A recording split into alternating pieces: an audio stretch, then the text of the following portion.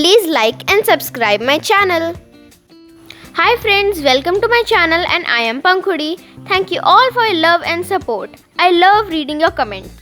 I have already shared Oreo cake recipe on my channel which you all loved. That video has completed 30,000 plus views.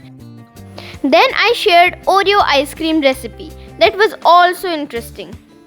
Today I am going to share Munch Kulfi recipe with you all. You can make it for special occasions like Mother's Day, birthdays, etc. For this you need Munch chocolate, some ice cream sticks or round bamboo kulfi sticks and milk. That's it.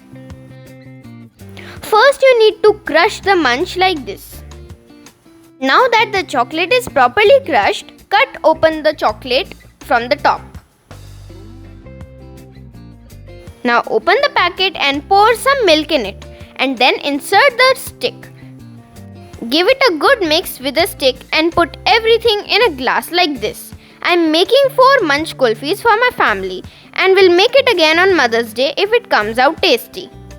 Now just keep it in the freezer section of your fridge for 6 to 8 hours.